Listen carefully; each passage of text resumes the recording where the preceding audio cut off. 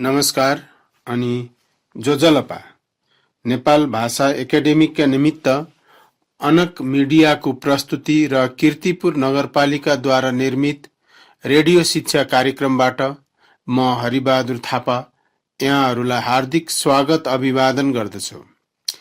कीर्तिपुर नगरपालिका वडा नम्बर 6 स्थित आदिनाथ माध्यमिक विद्यालयको म गणित शिक्षक। आज म कक्षा 10 को अनिवार्य गणित विषय लिएर सदा झैं यहाँहरू समक्ष उपस्थित भएको छु। आजको कक्षामा वृत्तका साध्यहरूको सैद्धान्तिक तथा प्रयोगात्मक परीक्षणको बारेमा चर्चा गर्नेछौं। सुरु गरौं चक्रीय चतुर्भुज सम्बन्धी साध्यको सैद्धान्तिक प्रमाणबाट।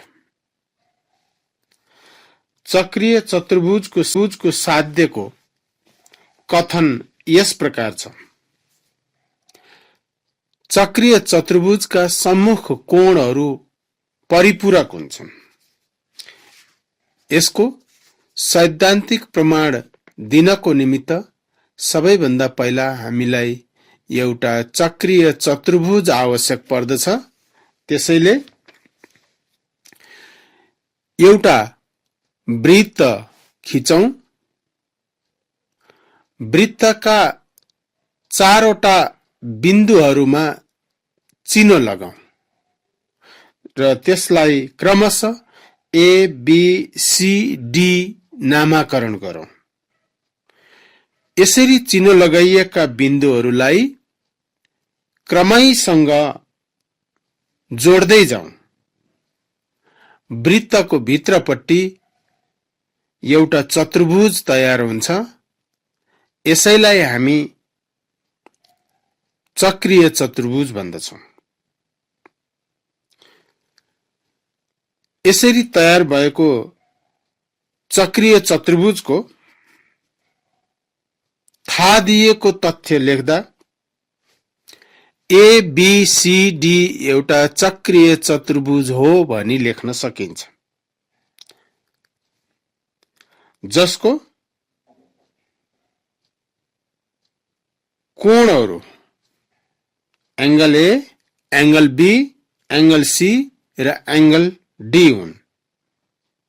अर्थात angle B A D, angle A B C, angle B C D र एंगल ए डी सी हुन्। प्रमाणित गर्नुपर्ने angle BAD plus angle BCD equal to 180 degree. त्यसैगरी angle ABC plus angle ADC equal to 180 degree. यसरी थाहा दिएको कुरा लेखिसकेपछि र प्रमाणित गर्नुपर्ने कुरा पनि लेखिसकेपछि आवश्यकता अनुसार जुक्ति प्रयोग गर्न सकिन्छ। यो साध्यलाई हामी जुक्ति प्रयोग गरेर वा जुक्ति प्रयोग नगरिकन पनि प्रमाणित गर्न सकिन्छ। यहाँ हामी जुक्ति प्रयोग नगरिकन प्रमाणित गर्ने विधिको बारेमा चर्चा गर्नेछौं। त्यसैले यसमा जुक्ति अथवा रचना लेखिरहनु परेन। अब हामी सिधै प्रमाणतिर जान सक्छौं। प्रमाणको निम्ति तथ्य र कारणहरू लेख्ने एउटा टेबल बनाउनु आवश्यक छ। यस्तो टेबल बनाइसकेपछि टेबलको देब्रेपट्टि तथ्यहरू र दाहिनेपट्टि कारणहरू लेखौं। सुरु गरौं तथ्य 1 बाट। यसमा एंगल BAD लाई लिन सकिन्छ। अब एंगल BAD यो वृत्तको परिधिमा बनेको कोण भएको हुनाले यसलाई परिधि कोण भन्न सकिन्छ भाइ बहिनीहरू। र जब यो परिधि कोण हो भने यसको सम्मुखमा रहेको चाप बीसीडी हुन्छ र यो कोणलाई चाप बीसीडी सँग तुलना गर्ने हो भने कुनै पनि वृत्तको कुनै चाप आधारित परिधि कोण अर्थात परिधि कोण यसको सम्मुख चापको आधासँग समप्रभावी हुन्छ। भन्नुको अर्थ चापले निर्धारण गरेको डिग्री र परिधि कोणले निर्धारण गरेको डिग्रीमा परिधि कोणको डिग्री चापले निर्धारण गरेको डिग्रीको आधा हुन्छ।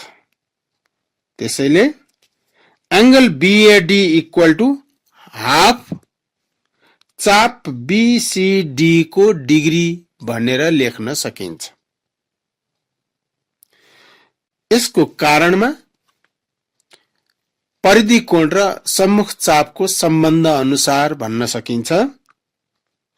अब दोस्रो तथ्यमा जाउँ। एंगल BAD र यसको सम्मुख चापको सम्बन्ध प्रयोग गरिसकेपछि अब यसैको विपरीत कोण अर्थात एंगल BCD र यसको सम्मुख चापको सम्बन्ध प्रयोग गरौं। एंगल BCD यसको परिधि कोण भयो र सम्मुख चाप BAD हुने भएकोले एंगल BCD पनि सम्मुख चाप BAD को आधासँग बराबर हुन्छ। त्यसैले एंगल BCD बराबर हाफ चाप BAD को डिग्री भनेर लेख्न सकिन्छ। यसको कारणको रूपमा कारण नम्बर 1 अनुसार भन्दा पनि हुन्छ अथवा वृत्तको परिधि कोण र सम्मुख चापको सम्बन्ध अनुसार भन्न पनि सकिन्छ। यसरी दुईवटा परिधि कोणहरूको चापसँगको सम्बन्ध लेखिसकेपछि अब यी दुईवटा कोणहरूलाई जोडौं। Angle BAD plus angle BCD equal to half चाप BCD प्लस हाफ चाप BAD लेख्न सकिन्छ। अब दुवै चापहरूबाट हाफलाई कमन लिएर चाप BCD प्लस चाप BAD लाई ब्राकेटमा राखेपछि यी दुईटा चापहरू जोड्दा एउटा पूरा वृत्त तयार हुन्छ। अब यो वृत्तको डिग्री मान 360 डिग्री हुने भएकोले हाफ टाइम्स 360 डिग्री लेखिसक्दा हाफले 360 डिग्रीलाई काटेर 180 डिग्री यसको मान निकाल्न सकिन्छ। भन्नुको अर्थ angle BAD plus angle BCD equal to 180 degree हुन्छ र यसको कारणमा तथ्य 1 र तथ्य 2 जोड्दा भनेर लेख्न सकिन्छ। यसरी एंगल BAD र एंगल BCD को मान BCD को योगफलको मान 180 डिग्री देखाइसकेपछि बाँकी रहेका अर्का दुईवटा कोणहरू अर्थात एंगल ABC र एंगल ADC को योगफल पनि त्यसै गरी 180 डिग्री देखाउन सकिन्छ। त्यसैले angle ABC plus angle ADC equal to सीधे 180 डिग्री लेखेर कारणमा माथिको जस्तै गर्दा भनेर लेख्न सकिन्छ। यसरी चक्रीय चतुर्भुजका सम्मुख कोणहरू परिपूरक हुन्छन् भन्ने साध्यलाई प्रमाणित गर्न सकिन्छ। सैद्धान्तिक तरिकाले प्रमाणित गर्न सकिन्छ। अब लागौं अर्को एउटा साध्यतिर। त्यो साध्य भनेको अर्धवृत्तमा बन्ने परिधि कोण एक समकोणको अर्थात 90 डिग्री हुन्छ भन्ने कथनको सैद्धान्तिक प्रमाणतिर। यसको पनि पहिला एउटा चित्र बनाऊ, एउटा पूरा वृत्त खिचौं कम्पास र पेन्सिलको सहयोगले। वृत्तको केन्द्र बिन्दुलाई ओ नाम दिउँ। ओबाट एउटा व्यास खिचौं, व्यासको नाम मानौ एसी छ। अब यो व्यासले वृत्तलाई दुईवटा बराबर भागहरूमा विभाजन गर्दछ। यिनै भागहरू नै अर्धवृत्तहरू हुन्। अब दुईवटा अर्धवृत्त मध्ये कुनै एउटा अर्धवृत्तमा व्यास एसी मा आधारित हुने गरी परिधि कोण एबीसी खिचौं। यसरी चित्र तयार गरिसकेपछि यसको गिवन लेखौं। यसमा ओ वृत्तको केन्द्रबिन्दु हो, एंगल एबीसी अर्धवृत्तमा बनेको परिधि कोण हो भनेर लेख्न सकिन्छ। यसरी थाहा दिएको कुरा लेखिसकेपछि अब प्रमाणित गर्नुपर्ने शीर्षकमा angle A B C equal to 90 degree भनेर लेख्न सकिन्छ। त्यसपछि अब यसको प्रमाणको निम्ति तथ्य र कारणहरू लेख गर्ने तालिका बनाऊ। देब्रेतर्फ तथ्यहरू भनी लेखौं र दाहिनेतर्फ कारणहरू भनी लेखौं। अब तथ्यहरूको महलमा, तथ्यहरूको कलममा 1 नम्बरमा एंगल एबीसी र एंगल एओसी को सम्बन्ध लेख्न सकिन्छ। यहाँ एंगल एबीसी परिधि कोण र यसको विपरीततिर रहेको वृत्त ले अर्धवृत्तले निर्धारण गरेको केन्द्रीय कोण एंगल एओसी 180 डिग्री को हुन्छ र यसमा एंगल एबीसी जुन चापमा आधारित छ, एंगल एओसी पनि सोही चापमा आधारित केन्द्रीय कोण भएकोले एंगल एबीसी बराबर हाफ एंगल एओसी भनी लेख्न सकिन्छ। त्यसैले एंगल एबीसी बराबर हाफ एओसी लेख्दा यसको कारणतर्फ वृत्तको परिधि कोण अर्थात वृत्तको एउटै चापमा आधारित परिधि कोण केन्द्रीय कोणको आधा हुन्छ भनेर कारण दिन सकिन्छ। अब एंगल एओसी एउटा सरल कोण भएकोले यसको मान 180 डिग्री हुन्छ। एंगल एओसी को ठाउँमा 180 डिग्री राखेर हाफले काट्दा यो 90 डिग्री आउँछ। यसरी एंगल एबीसी बराबर 90 डिग्री भनेर यो सजिलै प्रमाणित गर्न सकिन्छ। यसरी यी दुईवटा साध्यहरूको सैद्धान्तिक प्रमाणको बारेमा चर्चा गरिसकेपछि अब हामी केही साध्यहरूको प्रयोगात्मक परीक्षणको बारेमा चर्चा गरौं। सुरु गरौं। वृत्तको एउटै चापमा आधारित परिधि कोण केन्द्रीय कोणको आधा हुन्छ भन्ने साध्यको प्रयोगात्मक परीक्षणबाट। भाइ बहिनीहरू, प्रयोगात्मक परीक्षणको निमित्त दुईवटा फरक फरक नापका चित्रहरू आवश्यक पर्छन् भन्ने कुरा विद्यार्थी भाइ बहिनीहरूलाई जानकारी होला नै।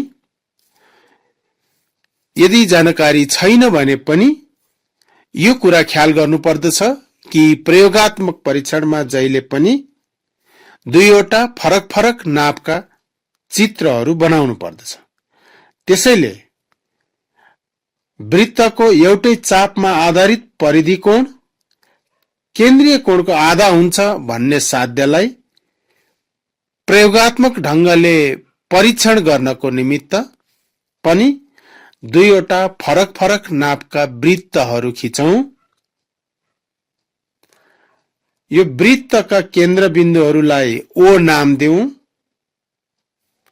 दुवै वृत्तमा एउटा निश्चित चाप लिउँ। चापको नाम एबी राखौं। सो चापलाई केन्द्रबिन्दुसँग जोड्दा केन्द्रीय कोण एओबी बन्दछ र त्यही चापलाई परिधिको कुनै बिन्दु सी सँग जोड्दा परिधि कोण एसीबी बन्दछ। अब यसरी दुईवटा चित्रहरू बनाइसकेपछि एउटा चित्रलाई चित्र नम्बर 1 र अर्को चित्रलाई चित्र नम्बर 2 अर्थात फिगर नम्बर 1 फिगर नम्बर 2 भनी उल्लेख गर्न सकिन्छ। यसको अब गिवन लेखौं। गिवन लेख्दा दुवै चित्रहरूमा ओ वृत्तका केन्द्रबिन्दुहरू हुन्। चाप एबीमा आधारित भएर केन्द्रीय कोण एओबी र केन्द्रीय कोण एसीबी परिधि कोण एसीबी बनेका छन् भनेर लेख्न सकिन्छ। अब परीक्षण गर्नुपर्ने अर्थात टु भेरिफाई। यसको लागि एंगल एओबी बराबर 2 टाइम्स एंगल एसीबी अर्थात angle A C B equal to half of angle A O B भनी लेखौं। टु भेरिफाई लेखिसकेपछि अब एउटा नाप तालिका अर्थात मेजरमेन्ट टेबल तयार गरौं। यो मेजरमेन्ट टेबल तयार गर्दा पहिलो कोलममा फिगर नम्बर भनी लेखौं, चित्र नम्बर।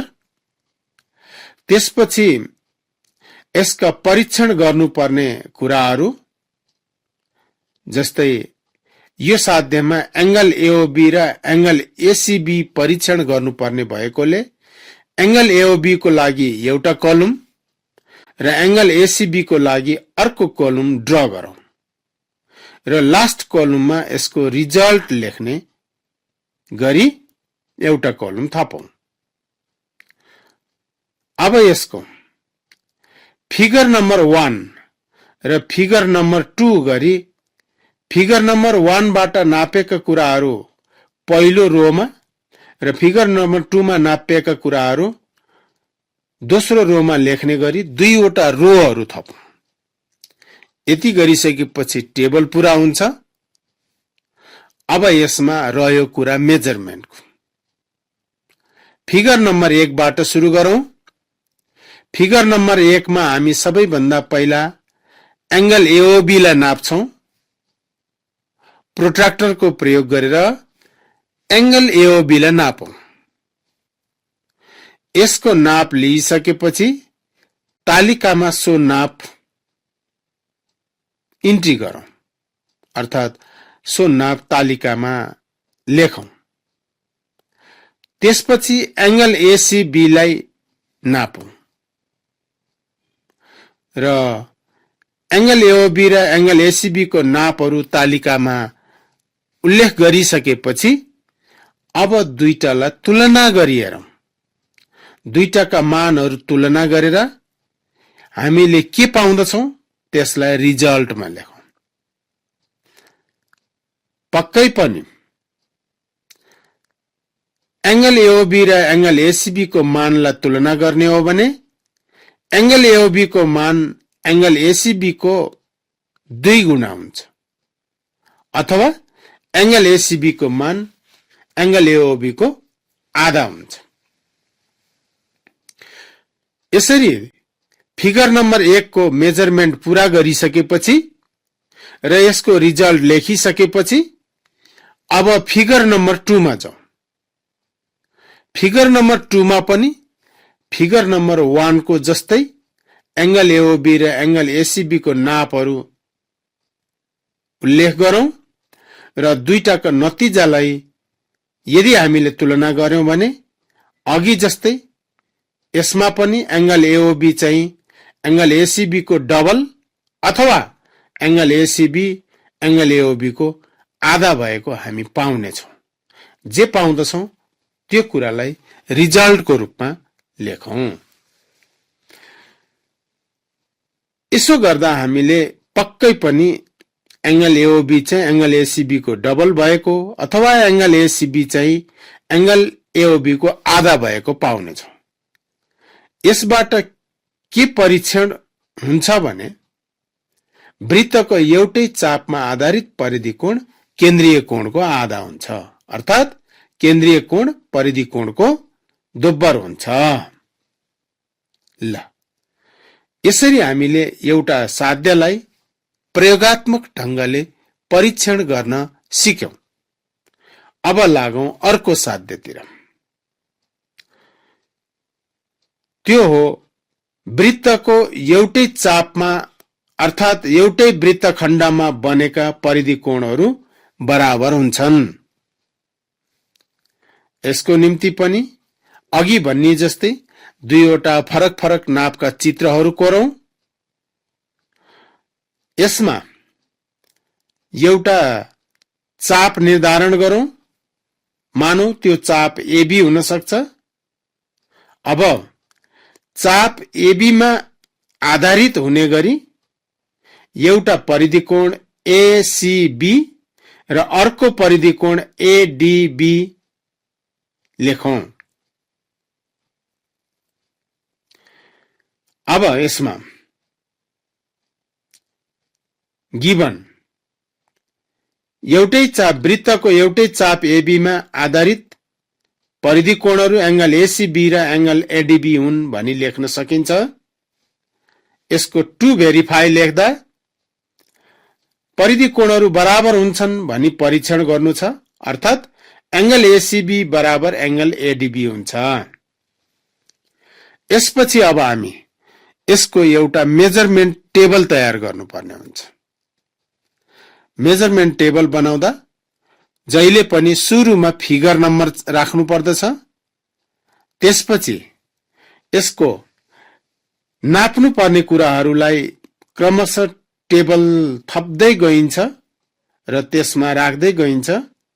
यहाँ एंगल एसीबी को लागि एउटा कोलम थपौं, एंगल एडीबी को लागि फेरि अर्को कोलम थपौं र अन्त्यमा यसको रिजल्टहरू लेख्नको निमित्त लास्ट कोलम गरिकन 1 2 3 4 वटा कोलमहरू हामी ड्र गर्छौं र दुईवटा फिगर भएको हुनाले फिगर नम्बर 1 को लागि एउटा रो र फिगर नम्बर 2 को लागि अर्को रो बनाउने छौं। यसरी चित्र अनुसारको नाप तालिका तयार भइसकेपछि भाइ बहिनीहरूले प्रोट्र्याक्टरको प्रयोग गरेर एंगल एसीबी र एंगल एडीबी लाई नापी तालिकामा भर्नेछन्। भर्यो त भाइ बहिनीहरू? ल ठीक छ। अब एंगल एसीबी र एंगल एडीबी लाई तालिकामा भरिसकेपछि अब दुईटाका मानहरूलाई तुलना गरी हेरौं। यसरी तुलना गरी हेर्दा पक्कै पनि हामी के पाउँदछौं भने एंगल एसीबी र एंगल एडीबी बराबर छन्, अर्थात एंगल एसीबी बराबर एंगल एडीबी यसको रिजल्ट हुनेछ। अब हामी अर्को एउटा साध्यको प्रयोगात्मक परीक्षणको बारेमा चर्चा गरौं। त्यो भनेको चक्रीय चतुर्भुजका सम्मुख कोणहरू परिपूरक हुन्छन्। यसको निम्ति पनि दुईवटा फरक फरक नापका चक्रीय चतुर्भुजहरू एबीसीडी खिचौं। अब यसको गिवन दुवै चित्रहरूमा अर्थात चित्र नम्बर 1 र चित्र नम्बर 2 मा एबीसीडी चक्रीय चतुर्भुजहरू हुन् भनेर लेख्न सकिन्छ, अथवा यो भन्दा फरक ढंगले पनि साध्यले भनेका कुराहरू, कथनले भनेका कुराहरू नछुटाइकन समेटेर लेख्न सकिन्छ। अब टु भेरिफाई चक्रीय चतुर्भुजका सम्मुख कोणहरू परिपूरक हुन्छन् भनी देखाउनु छ। परिपूरक भन्नाले कोणहरूको योगफल, दुईवटा कोणहरूको योगफल 180 डिग्री हुनु हो। त्यसैले angle ABC plus angle ADC equal to 180 degree र त्यसैगरी angle BAD plus angle BCD equal to 180 degree भनेर यसको भेरिफाई गर्ने कुराहरू लेख्न सकिन्छ। अब यसको मेजरमेन्ट टेबल, मेजरमेन्ट टेबलको निम्ति सुरुको कोलम फिगर नम्बर 1 लाई र फिगर नम्बर 2 लाई, अर्थात फिगर नम्बरको लागि पहिलो कोलम।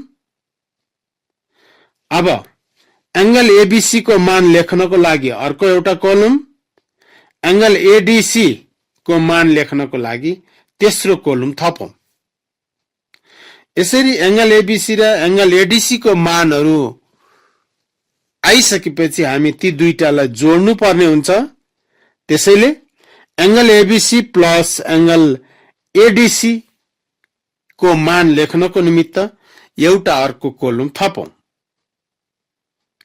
त्यसैगरी एंगल बीएडी र एंगल बीसीडी को मानहरूलाई एक-एकवटा कोलम र यी दुईटा कोणहरूको योगफललाई अर्को कोलम थपौं र अन्त्यमा यसको रिजल्ट लेख्नको लागि अन्तिम कोलम थप्नु आवश्यक पर्दछ।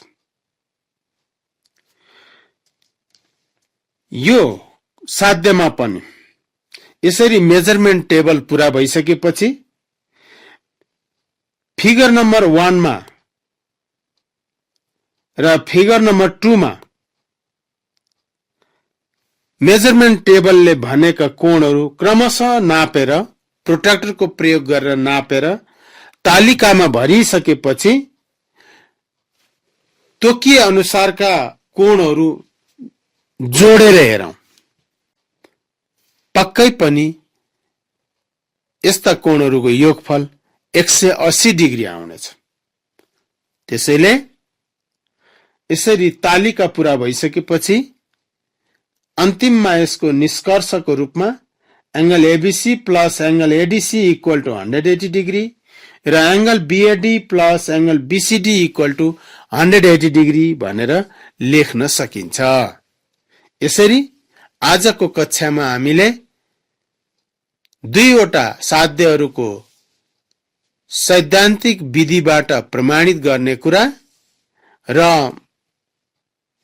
तीनवटा साध्यहरूको प्रयोगात्मक परीक्षणको बारेमा चर्चा गर्यौं।